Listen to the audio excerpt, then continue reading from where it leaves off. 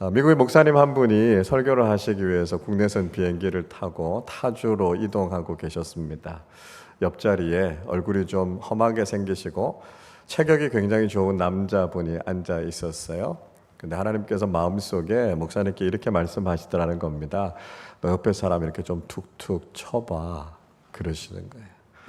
그래서 그냥 못 들은 척 에이 그렇게 할 수 없어 그러고 이 목사님이 가만히 계셨는데 하나님이 계속 마음속에 그러시더라는 거예요. 옆에 사람 좀 툭 쳐보라니까 말씀하시는 겁니다.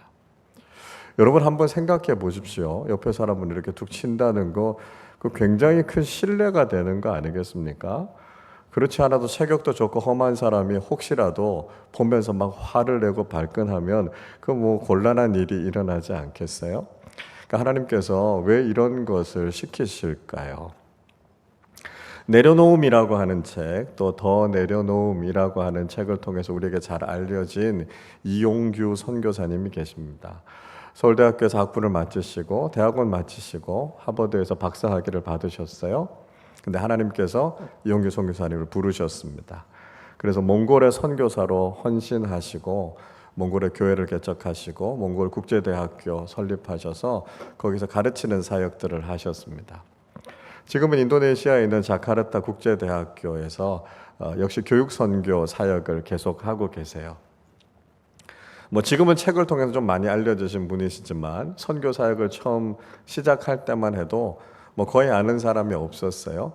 근데 어느 날 하나님께서 이용규 선교사님께 그런 말씀하셨다는 거예요. 저희 기차 타고 한참 가면 코스타라고 하는 유학생 집회가 열리고 있으니까 가서 하나님이 보내셨다고 나 강의 하나 하게 해달라 이렇게 이야기하라는 거예요. 이 코스타라고 하는 유학생 집회는 한국에서나 해외에서 그래도 꽤 잘 알려져 있는 목사님들 또 크리스천 리더들이 강의를 하는 그런 집회거든요. 그러니까 아직 무명의 이용규 선교사님이 가서 강의를 할 만한 그런 자리는 아니었습니다. 만약에 하나님이 보내셔서 나한테 강의를 달라 이렇게 이야기를 하면 혹시 좀 정신 나간 사람 아닌가 이렇게 비웃음거리가 될 수도 있는 상황이지 않겠습니까? 근데 하나님께서 그렇게 하라 말씀하시는 겁니다. 여러분 하나님께서는요 때로 굉장히 이해하기도 어렵고 순종하기도 어려운 무리한 요구를 하실 때가 종종 있으십니다. 하나님께서 아브라함에게 그 외아들인 이삭을 모리아산에 번제로 바치라 그 명령이 여러분 인간적으로 이해가 되십니까? 하나님께서 아브라함의 후손을 번성하게 하시겠다 그렇게 말씀하셨는데요. 아들인 이삭을 번제로 바치고 나면 무엇을 가지고 그 후손을 번성하게 하시겠습니까? 그 참 이해하기 어려운 명령이죠. 여호수아가요 이스라엘 백성들을 이끌고 요단강을 건너서 가나안 땅에 들어갔습니다. 요단 강물이 그치는 그 기적적인 일을 통해서 요단강을 건넜고요. 난공불락의 성 여리고가 있기는 하지만 지금 이스라엘 군사들의 사기가 최고조에 달해 있는 겁니다. 그러니까 지체하지 않고 공격해 들어가면 승산이 있는 싸움이었어요. 전쟁에서 타이밍이 굉장히 중요한 거 아닙니까? 근데 뜬금없이 하나님께서 이스라엘 백성들에게 거기서 할례를 행하라 그렇게 말씀하셨습니다. 그러니까 할례를 행하고 나면 이스라엘 군사들이 최소한 3일에서 일주일 정도는 움직이기도 불편한 상황에 그대로 놓여 있어야 되는 상황이니까요. 이게 전쟁 전술에 있어서는 굉장히 어리석은 선택이란 말이죠. 그리고 이스라엘 백성들의 할례를 행한 곳은 여리고 성에서부터 몇 킬로미터 떨어지지 않았습니다.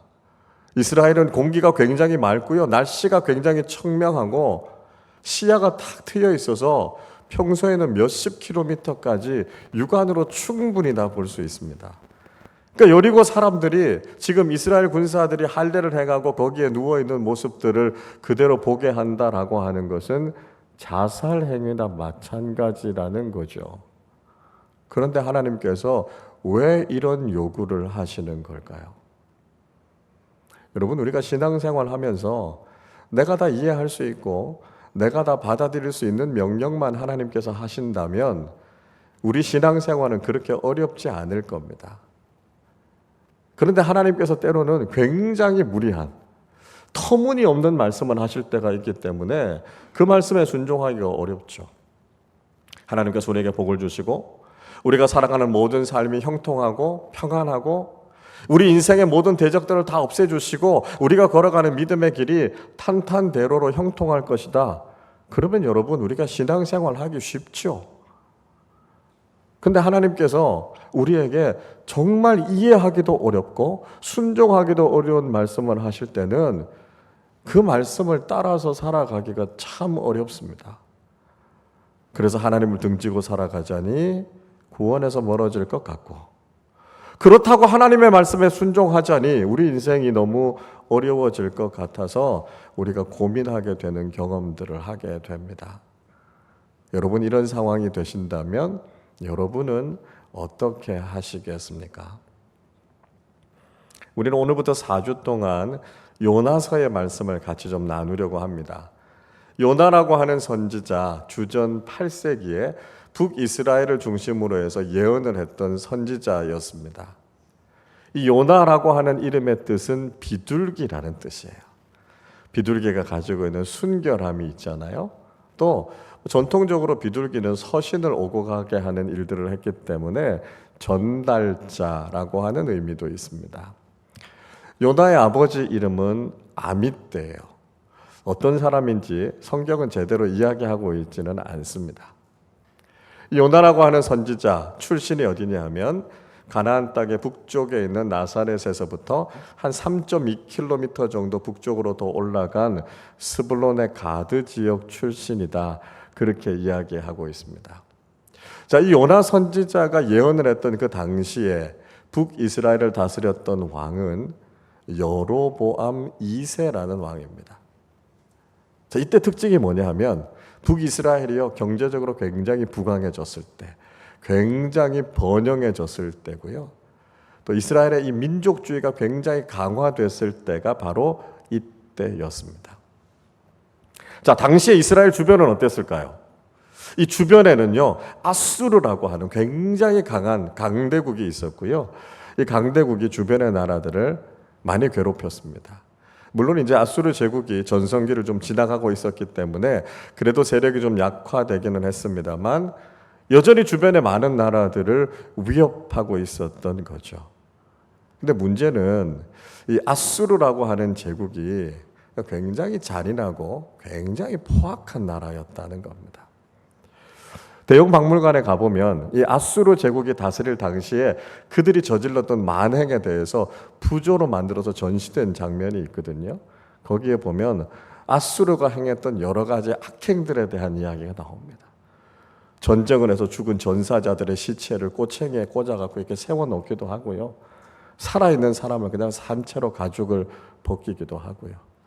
패배한 국가의 고위 관리가 와서 선처를 베풀어 달라 이렇게 이야기하는 그 앞에서 칼로 눈을 찔러서 그냥 그 자리에서 소경을 만들어 버리기도 했습니다.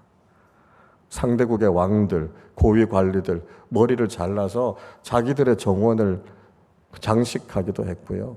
그 죽었던 수많은 사람들의 해골들을 쌓아서 탑처럼 산처럼 이렇게 만들어 놓고 승리에 취해 있었던 사람들이 이 아수르 사람들이었습니다. 특별히 이 북이스라엘은요 아수르에 대한 적대감이 굉장히 컸던 사람들입니다. 왜냐하면 북이스라엘은 주전 722년에 이 아수르 제국에 의해서 멸망하게 됩니다. 그리고 아수르가 식민 정책을 하게 되는데요. 이 아수르가 했던 대표적인 식민 정책이 뭐냐 하면 혼혈 정책이었습니다. 피를 섞어 버렸다는 것이죠. 이스라엘 백성들이 특별히 선민 사상이 강하잖아요. 하나님께서 우리를 택해 주신 민족이다. 그거에 대한 자부심이 있는데 아수르가 이걸 짓밟아 버리기 위해서 의도적으로 혼혈 정책을 썼습니다. 그렇게 해서 태어난 사람들이 여러분들이 잘 아는 사마리아인들이죠. 유대인들은 이방인들도 굉장히 싫어했지만 사실은 사마리아인들도 혐오했습니다. 차라리 민족의 정체성을 지키면서 죽지 왜 피를 더럽혀서 하나님을 욕되게 하느냐는 것입니다. 그래서 유대인들과 사마리아인들 사이에 아주 뿌리 깊은 갈등이 시작이 된 것이죠. 그 원인을 제공한 것이 바로 이 아수르의 혼혈 정책이었습니다. 자, 여러분, 이런 것들을 우리가 배경으로 좀 알고 나서 오늘 이 말씀을 읽으면 하나님께서 요나에게 명령하셨던 것이 어떤 명령인가라고 하는 것이 좀 잘 이해가 될 수 있습니다. 자, 오늘 본문 2절의 말씀을 우리 같이 읽어보겠습니다. 너는 일어나 저 큰 성읍 니느웨로 가서 그곳을 향하여 외치라. 그 악독이 내 앞에 상달되었음이니라 하시니라. 하나님께서 요나에게 명령하셨습니다. 니느웨에 가서 그들의 악이 하나님께 상달됐다라고 하는 것을 전하라 말씀하셨습니다. 니느웨라고 하는 도시는 아수르 제국의 수도였습니다. 그러니까 지금 요나에게 아수르 제국의 심장부에 들어가서 하나님 말씀 전하라 이렇게 이야기한 것이죠. 가서 무슨 이야기를 하라고 한 것이겠습니까? 그냥 그들이 멸망한다 그게 아니라 그들이 지금 악한 길을 걷고 있는데 하나님 보시기에 악하니까 그 길을 돌이켜서 회개하고 징벌을 피하라. 그런 하나님의 말씀을 전하라고 보내지 않았겠습니까? 하필이면 왜 니느웨냐는 것이죠. 차라리 전혀 배경도 없고 모르는 나라에 가서 하라면 그거 할 수 있다는 것입니다. 그런데 그렇게 증오하고 미워하는 아수르에 가서 하나님의 말씀을 전하라고 하니까요, 요나가 그러고 싶지 않았던 것입니다. 그렇게 미워하는 나라니까 그냥 가만히 놔두고 저절로 망하게 두고 싶은데 하나님께서는 명령해서 요나를 보내시는 거죠. 가고 싶은 마음도 없고요. 가는 것도 위험하고요. 왜 하나님께서 선지자에게 이런 일을 시키는가? 아마 요나가 불만이 가득했을 겁니다. 그래서 요나는 하나님의 말씀을 듣지 않고 다른 곳으로 도망가 버리고 말았습니다. 3절 말씀을 같이 읽어보겠습니다. 그러나 요나가 여호와의 얼굴을 피하려고 일어나 다시스로 도망하려 하여 욥바로 내려갔더니 마침 다시스로 가는 배를 만난지라 여호와의 얼굴을 피하여 그들과 함께 다시스로 가려고 배삭을 주고 배에 올랐더라. 요나는 하나님의 명령에 따라서 니느웨로 갔던 것이 아니라 다시스라고 하는 곳으로 도망갔다 이야기하고 있습니다. 이 니느웨는요, 이스라엘에서부터 동쪽으로 육로로 이동해서 갈 수 있는 곳이었고요. 지금의 이라크의 모술이라고 하는 도시가 바로 이 니느웨입니다. 근데 이 다시스라고 하는 도시는 이스라엘에서부터 서쪽으로 배를 타고 가야 하는 곳이에요. 스페인의 남부에 있었던 타르테수스라고 하는 도시로 추정하고 있습니다. 자, 그러니까 요나가 한 행동은 분명한 의도가 있죠. 하나님의 말씀을 거역한 겁니다. 혹시 우연이라도 니느웨의 근처에도 가지 않도록 정반대의 방향으로 서로 다른 교통편을 이용해서 하나님의 말씀을 완전히 거부하고 떠나겠다라고 하는 요나의 의지가 분명한 걸 볼 수 있죠. 그래서 배를 타기 위해서 욥바라고 하는 항구에 갔는데요. 때마침 다시스로 가는 배가 기다리고 있었습니다. 아니 이게 얼마나 기가 막힌 타이밍입니까? 이 길이 순조롭게 잘 열려지겠구나 생각을 하고 요나가 고민하지 않고 그 배를 타고 다시스로 도망가 버리고 말았습니다. 만약에 여러분이라면 어떻게 하시겠습니까? 여러분이 너무너무 싫어하고 너무너무 미워하는 사람이 있는데 하나님께서 여러분에게 그 사람에게 가서 화해를 청하고 용서를 구하라고 말씀하신다면 여러분 어떻게 하시겠습니까? 오히려 그 사람이 나한테 상처를 주고 손해를 준 게 더 많은데요. 내가 그 사람한테 별로 미안할 게 없는데요. 하나님께서는 여러분에게 먼저 가서 용서를 구하고 관계를 회복하라고 말씀하신다면 어떻겠습니까? 다른 사람들에게 조언을 구해보니까 당신이 잘못한 거 없다고요? 그런 관계라면 굳이 회복시킬 필요 없다고요? 사람들이 그렇게 충고하는데 하나님은 아니랍니다. 여러분이 먼저 가서 사과하고 용서를 구하고 그 관계를 회복시키라고 말씀하신다면 여러분은 어떻게 하시겠습니까? 인간적으로는 참 이해하기 어렵고 받아들일 수 없다고 생각되겠지만 그것이 하나님의 말씀이기 때문에 여러분은 순종하실 수 있으시겠습니까? 요나는 지금 잘못된 길을 걸어가고 있었습니다. 그것을 분명히 알 수 있는 것이 무엇입니까? 오늘 3절의 말씀에 보면 요나가 여호와의 얼굴을 피해서 갔다라고 하는 이야기를 2번이나 반복해서 이야기하고 있습니다. 10절에서도 요나가 타고 가고 있는 배가 풍랑을 만났을 때 그 이유가요, 여호와의 얼굴을 피했기 때문이다, 그렇게 이야기하고 있습니다. 요나는 자신의 판단, 자신의 신념에 따라서 자기 길을 고집했던 것이죠. 그래서 여호와의 얼굴을 피했던 겁니다. 여호와의 얼굴이라고 하는 말, 하나님의 임재를 이야기합니다. 하나님의 강림하심, 감찰하심, 하나님의 원하시는 뜻, 하나님과의 관계를 이야기하는 거예요. 그러니까 요나는 지금 하나님의 뜻을 어기고 하나님의 임재하심을 피해서 하나님의 얼굴을 외면하고 떠나버렸다는 것입니다. 요나의 마음이 인간적으로 이해가 안 된다는 게 아니에요. 요나에게 그런 마음이 들 수 있습니다. 그러나 중요한 것은 그것이 하나님의 뜻이고 하나님의 명령이라면 자기의 생각을 내려놓고 하나님의 뜻을 따라 가야 한다는 것이죠. 하나님의 말씀과 여러분의 생각이 부딪힐 때 믿음의 사람은 어떻게 합니까? 내 생각을 내려놓고요, 하나님의 뜻에 순종하는 게 믿음의 사람이라는 것이죠. 그러나 내가 가지고 있는 생각, 내가 가지고 있는 판단을 가지고 우리의 행위를 정당화하고 있는 요나와 같은 모습이 우리에게 있지 않느냐는 것이죠. 여러분, 우리는 혹시 하나님의 얼굴을 피해서 도망가고 있지 않습니까?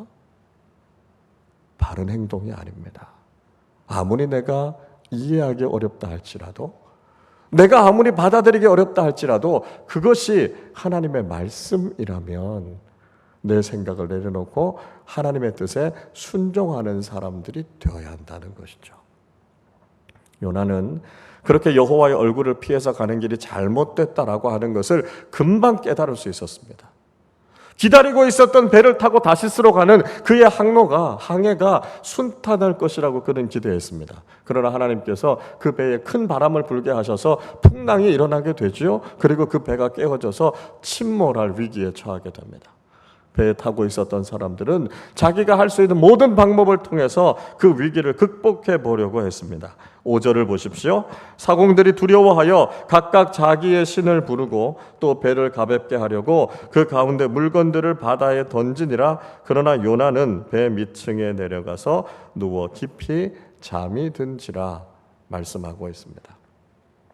배에 타고 있었던 사공들이요, 자신들이 믿는 신을 부르면서 자신들을 구원해 달라고 소리를 질렀습니다. 종교적인 방법으로 인생의 위기를 극복해 보려고 한 것이죠. 그뿐만이 아니었습니다. 그들은 자신들이 가진 경험, 자기가 가지고 있는 전문적인 지식을 통해서 그 문제를 해결해 보려고 했죠. 배에 실려 있는 짐들을 다 던져버리고 최소한의 짐을 가지고 배를 가볍게 해서 그 풍랑을 이기려고 했습니다. 그러나 하나님의 진노하심과 하나님의 심판을 인간적인 방법으로는 도저히 이기고 극복할 수 없다라고 하는 것을 깨닫게 되죠. 자, 이런 상황에서 이 재앙의 장본인이었던 요나는 무엇을 하고 있었습니까? 그는 배의 밑층에 내려가서 잠을 자고 있었습니다. 주변에 무슨 일이 일어나는지 그는 전혀 관심이 없었고요, 무책임하게 잠자고 있었습니다. 주변에 많은 사람들은 죽겠다고 소리를 치는데 그는 지금 내 주변에 무슨 일이 일어나는지 나는 상관없이 그냥 그곳에 잠들어 있었던 것이죠. 여러분, 배 밑층에 숨어서 잠들어 있었던 요나의 모습이 오늘날 교회와 그리스도인들의 모습은 아닙니까? 세상은 지금 죽겠다고 비명을 지르고 있는데요, 교회는 당장 내 삶의 문제, 내가 처한 이 문제에 급급하면서 세상의 소리를 외면하고 있지 않습니까? 지금 우리 주변에는 종말론적인 징조들이 끊임없이 일어나고 있고요, 사람들은 위기와 불안 가운데 빠져 있습니다. 불특정 다수를 향한 범죄들이 끊임없이 일어나고 있고요. 지구온난화와 환경오염으로 인해서 자연재해와 재난은 끊임없이 우리에게 다가오고 있습니다. 중독과 욕망과 탐욕으로 인해서 세상은 혼란 가운데 빠져있는 이 상황 속에서 교회는 그저 자기 자신의 생존과 기득권의 문제만을 생각하면서 세상의 소리에 귀를 닫아버리고 있는 것은 아니냐라고 하는 것이죠. 자, 이런 상황이 되니까요, 세상이 교회를 향해서, 그리스도인들을 향해서 화를 낼 수밖에 없지 않겠습니까? 오늘 6절의 말씀을 보십시오. 선장이 그에게 가서 이르되 자는 자여 어찌함이냐, 일어나서 내 하나님께 구하라. 혹시 하나님이 우리를 생각하사 망하지 아니하게 하시리라 하니라. 선장이 가서 지금 이 위기의 상황에 잠자고 있는 요나를 보면서 화가 나기도 하고요, 한심하기도 한 겁니다. 그래서 그를 흔들어 깨운 거죠. 지금 이런 상황이 됐는데 어떻게 잠만 자고 있느냐고요? 그를 책망하고 있죠. 누구보다도 이런 위기에 대해서 더 민감해야 되고 책임의식을 느껴야 되는 교회와 그리스도인들이 너무 안일하게 대처하고 있는 것은 아닌가, 세상이 오히려 우리를 꾸짖고 있는 것은 아닌가라고 하는 것이죠. 이런 위기의 상황 속에서 교회가 교회로서의 역할을 하고 그리스도인들이 이 시대를 위해 깨어 기도하고 이 위기를 극복해야 될 텐데요, 그런 상황 속에서 너무 무책임하게 영적으로 잠들어 있는 것은 아닌가, 오히려 세상이 우리를 책망하고 있습니다. 교회가 제 역할을 하지 못해서 세상에 지금 이런 악과 이런 위기 가운데 처해 있다라고 하는 이야기를 하고 있습니다. 그러면 아마 우리는 그렇게 이야기할지도 모르겠어요. 아니, 세상이 악해서 이런 위기 가운데 빠지게 됐는데 왜 그걸 교회를 향해서 탓하느냐, 이렇게 이야기할 수도 있을 겁니다. 그러나 여러분, 교회는 세상의 정화장치 아닙니까? 교회가 거룩한 믿음의 공동체로 이 세상에서, 악한 세상 속에서 정화장치로서의 역할을 잘 했다면 이 세상이 이런 악에 빠져 있을 수 있겠습니까? 우리가 하나님 나라 공동체로, 십자가의 공동체로 이 시대 속에서 우리가 책임의식을 느끼고 세상을 바로 세워나가기 위해 기도하고 실천했다면 여기까지 오지 않지 않았겠느냐고 세상은 지적하고 있습니다. 여러분, 그 지적은 옳은 말입니다. 원래 교회는 마을의 중심에 있었고요, 그 마을의 모든 삶을 책임졌던 것이 교회였습니다. 한국 사회 속에 이렇게 많은 교회가 있음에도 불구하고 여전히 세상은 불안하고 위기와 혼란 가운데 있다면 교회와 그리스도인인 우리가 책임의식을 느껴야 하고요, 하나님 앞에서 회개해야 한다라고 하는 것이죠. 결국 배에 타고 있었던 사람들은 도대체 이 재앙이 누구 때문에 왔는가라고 하는 원인을 규명하고 싶었습니다. 그래서 그 책임을 그 사람에게로 다 떠넘기려고 한 것이죠. 7절을 보십시오. 그들이 서로 이르되 자, 우리가 제비를 뽑아 이 재앙이 누구로 말미암아 우리에게 임하였나 알아보자 하고 곧 제비를 뽑으니 제비가 요나에게 뽑힌지라. 성경에는 제비 뽑기라고 하는 방법이 종종 등장합니다. 이것은 인간의 모든 방법을 뛰어넘어서요, 우연이라고 하는 통로를 통해 하나님의 뜻이 도대체 어디에 있는가를 알 수 있는 아주 중요한 방법입니다. 제비가 요나에게 뽑혔습니다. 이 풍랑의 원인이 요나에게 있었다는 것이죠.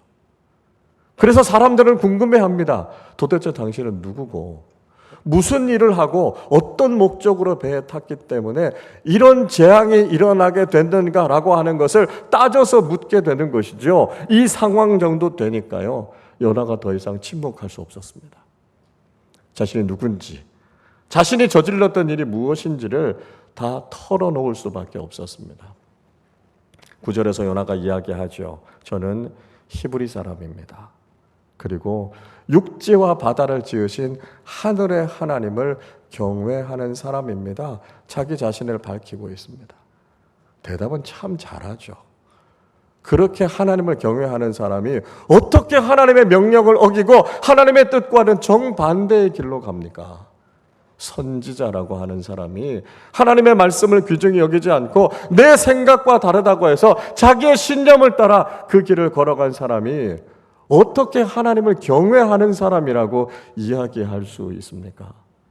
하나님의 뜻을 어기고 도망간 주제에 하나님을 섬기고 경외한다라고 하는 말이 도무지 이해가 되지 않는 것이죠. 요나는 결국 자기 자신의 잘못 때문에 이 재앙이 임하게 됐다라고 하는 것을 이야기하죠. 10절 말씀을 우리 같이 읽겠습니다. 자기가 여호와의 얼굴을 피함인 줄을 그들에게 말하였으므로 무리가 알고 심히 두려워하여 이르되 내가 어찌하여 그렇게 행하였느냐 하니라. 요나가 하나님의 명령을 어기고 도망갔기 때문에 하나님의 얼굴을 피했기 때문에 이 모든 재앙이 임하게 됐다라고 하는 이야기를 했을 때 무리들은 두려워했습니다. 아니 그렇게 하나님을 바르게 섬기지 않고 하나님을 경외하지 않고 하나님의 뜻에 순종하지 않을 때 하나님께서 이 무서운 징벌을 내리시는 분이심을 알면서도 어떻게 그렇게 행동했느냐고 한탄하고 있는 것이죠. 여러분, 우리는 하나님의 얼굴을 피해서 도망가면 안 됩니다. 하나님께서 우리에게 말씀하시고 하나님의 뜻을 우리에게 보여주실 때 우리는 하나님의 얼굴을 직면하고 하나님의 뜻에 순종하는 사람들이 되어야 합니다. 하나님의 얼굴을 높여드리고 하나님을 경배하며 하나님의 뜻을 위해 우리 자신을 드리는 사람들이 되어야 한다는 것이죠. 그런데 혹시 내가 받아들이기 어렵다고 해서 내가 이해할 수 없다고 해서 하나님의 말씀에 불순종하고 하나님의 얼굴을 피해 도망가고 있는 것이 오늘 우리의 모습은 아닙니까? 우리는 하나님의 얼굴을 바르게 대하고요. 하나님께서 우리에게 말씀하시는 그 말씀을 듣고 순종하는 사람들이 될 때 우리의 삶 속에서 이 시대 속에서 하나님께서 어떤 일들을 하고 계시는가라고 하는 것을 경험하게 된다는 것이죠. 제가 설교의 서두에 두 가지 이야기를 드렸습니다. 하나는 비행기를 타고 가고 계시는 한 목사님 이야기를 드렸죠. 이 목사님이 에이 모르겠다 하는 생각을 갖고 옆 사람에게 몸으로 이렇게 툭 한번 쳤습니다. 그러니까 이분이 처음에는 잘 못 알아차리는 것 같았어요. 그래서 그냥 팔을 들어서 옆 사람을 탁 쳤습니다. 이 사람이 이 목사님을 바라보면서 왜 그러세요? 이렇게 좀 불쾌하게 이야기를 했습니다. 그래서 죄송합니다. 저는 목사인데요. 혹시 괜찮으시면 제가 하나님 이야기를 좀 해드려도 괜찮겠습니까? 이렇게 웃으면서 이야기를 했습니다. 속으로는 얼마나 떨렸겠어요? 그런데 의외로 이분이 그냥 기꺼이 흔쾌히 그렇게 하시라고 이야기를 하는 겁니다. 그래서 이 목사님이 하나님이 우리를 얼마나 사랑하시는지 그리고 당신의 외아들을 우리를 위해서 보내주셔서 그 아들을 십자가에서 죽게 하시면서 우리를 구원해 주신 하나님이 바로 우리 아버지 하나님이시라고 그 사람에게 복음을 전했습니다. 그 얘기를 듣는데요, 이 사람이 갑자기 눈물을 주르르 흘리더라는 거예요. 자초지종을 얘기 들어봤더니 이분이 오래전에 자기 아들을 잃고 그것 때문에 우울증에서 제대로 된 삶을 살지 못했습니다. 그런데요, 하나님도 자기 아들을 잃었다고 이야기하니까요, 내가 아들 잃은 슬픔을 하나님께서 아시겠구나. 그런 하나님이면 내가 믿어야 되겠다는 마음이 들더랍니다. 그래서 그 자리에서 예수 그리스도를 영접하고 하나님을 믿게 되는 놀라운 역사가 일어나게 됐다는 것이죠. 또 한 가지 이야기, 제가 이용규 선교사님 이야기를 말씀드리지 않았습니까? 그렇게 기차를 타고 코스타 집회가 열리는 곳에 이용규 선교사님이 도착해서 스텝에게 찾아가서 하나님이 나 보냈으니까 나 강의 하나 시켜주세요 이야기를 했습니다. 코스타 스텝들이 다 모이고 운영진들이 모여서 이 일을 가지고 논의하기 시작했습니다. 그리고 코스타의 최고 책임자인 목사님이 이용규 선교사를 만나러 오셨습니다. 하나님께서 선교사님 보내셨다면서요? 예. 강의하라고 하셨다면서요? 예. 무슨 강의 하실 수 있으세요? 하나님의 음성을 듣는 법이라는 강의할 수 있습니다. 이 최고 책임자 목사님도 영적으로 굉장히 열려있는 분이셨어요. 그래서 모험인 줄 알면서 없는 강의를 거기다가 집어넣은 겁니다. 그리고 이영규 선교사님을 통해서 그 강의가 시작되는데요, 그 강의에 참여했던 분들이 얼마나 큰 영적인 은혜와 감동을 경험했는지 모릅니다. 그걸 경험하고 나서 이 코스타에서 이용규 선교사님의 하나님의 음성을 듣는 법이라고 하는 강의가 정말 가장 대표적인 강의가 됐습니다. 이용규 선교사님이 그런 말씀하세요. 하나님의 음성을 들으려면 어떻게 해야 되는지 아십니까? 당신이 100% 순종하겠다고 결단하기만 하면 하나님께서는 언제든지 말씀하십니다. 이런 이야기를 하셨어요. 여러분, 이것이 이 선교사님의 간증이기도 하고요, 믿음의 삶을 살아가면서 믿음의 능력과 하나님의 살아계심을 경험하기 원하는 사람들에게 주시는 얼마나 소중한 영적인 교훈인지 모릅니다.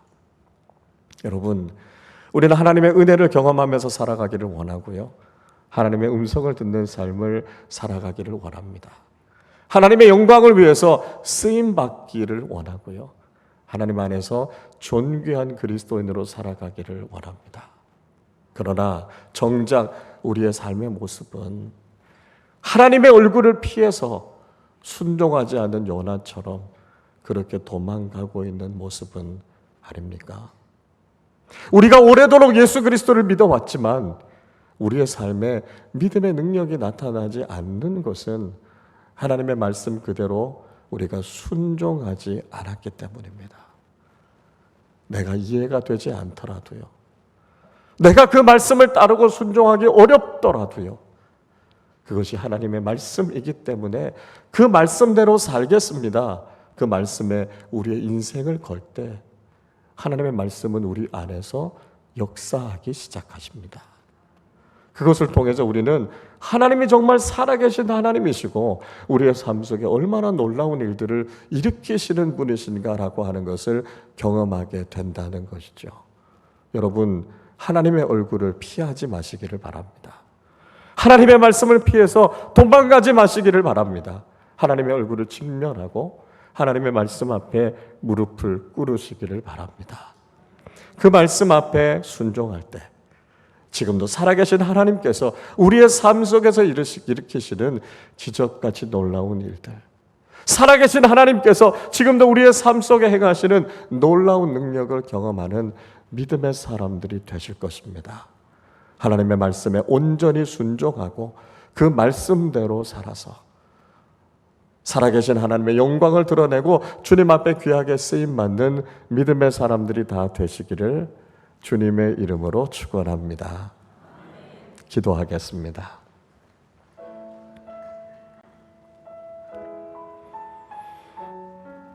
여러분, 하나님의 말씀에 온전하게 순종하셨습니까? 도망가지 마세요. 피하지 마십시오. 인간적으로 그 말씀에 순종하는 것이 어렵다는 것 하나님도 아십니다. 그럼에도 불구하고 우리가 그 말씀에 순종하기로 우리의 삶을 드릴 때 그때부터 우리의 삶에는 믿음의 능력이 나타나고요, 살아계신 하나님께서 일하시는 일들을 경험하게 되고요, 정말 기적 같은 하나님의 역사를 경험하게 된다는 것입니다. 우리가 그저 하나님의 말씀을 도망가고 그저 그런 그리스도인으로 머물러 있을 때 우리의 삶에는 아무런 능력도 나타나지 않습니다. 그러나 그 말씀 앞에 무릎 꿇을 때 그 말씀이 능력이 되어 우리의 삶을 변화시키고 가정을 변화시키고 공동체를 변화시키고 나라와 민족을 새롭게 하시는 하나님의 일들을 경험하게 된다는 것이죠. 하나님 말씀하십시오. 우리가 온전히 듣고 주님의 얼굴을 직면하며 그 말씀에 순종함으로 하나님의 살아계심을 증거하는 사람들이 되겠습니다. 우리 이 시간에 말씀을 생각하며 함께 합심으로 기도하겠습니다. 하나님 아버지, 감사합니다. 주님께서 말씀하실 때 하나님 그 말씀이 인간적으로 이해하기 어렵고 순종하고 따르기 어렵다 할지라도 그 말씀 앞에 무릎 꿇게 하시고 하나님의 얼굴을 직면하게 하시고 주님의 말씀을 듣고 그 말씀에 결단하며 나아가는 믿음의 사람들 되게 하여 주시옵소서.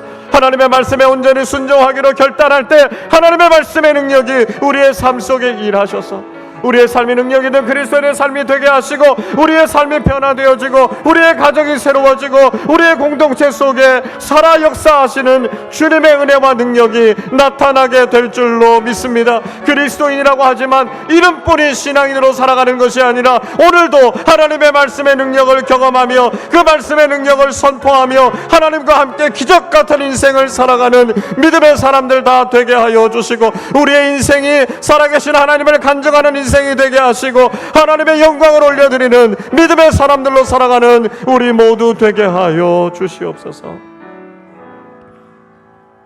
하나님 아버지 감사합니다.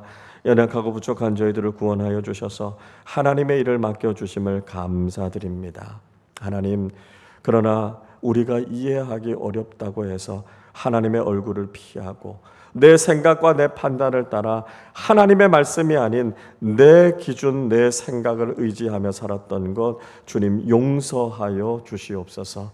하나님, 우리가 일생을 살아가는 동안 하나님의 얼굴을 직면하는 신앙인들이 되게 하여 주시고 하나님의 말씀 앞에 무릎 꿇는 사람들 되게 하여 주셔서 그 말씀대로 순종할 때 말씀이 우리 안에 역사하는 일들을 경험하게 하여 주옵소서. 그래서 날마다 우리의 인생이 믿음의 능력을 경험하는 기적 같은 인생이 되게 하여 주시고 살아계신 하나님을 증거하는 간증이 있는 삶 되게 하여 주셔서 하나님의 영광을 위해 쓰임받는 존귀한 믿음의 사람들 다 되게 하여 주옵소서. 감사드리며 우리 주님 예수 그리스도의 이름으로 기도하옵나이다. 아멘.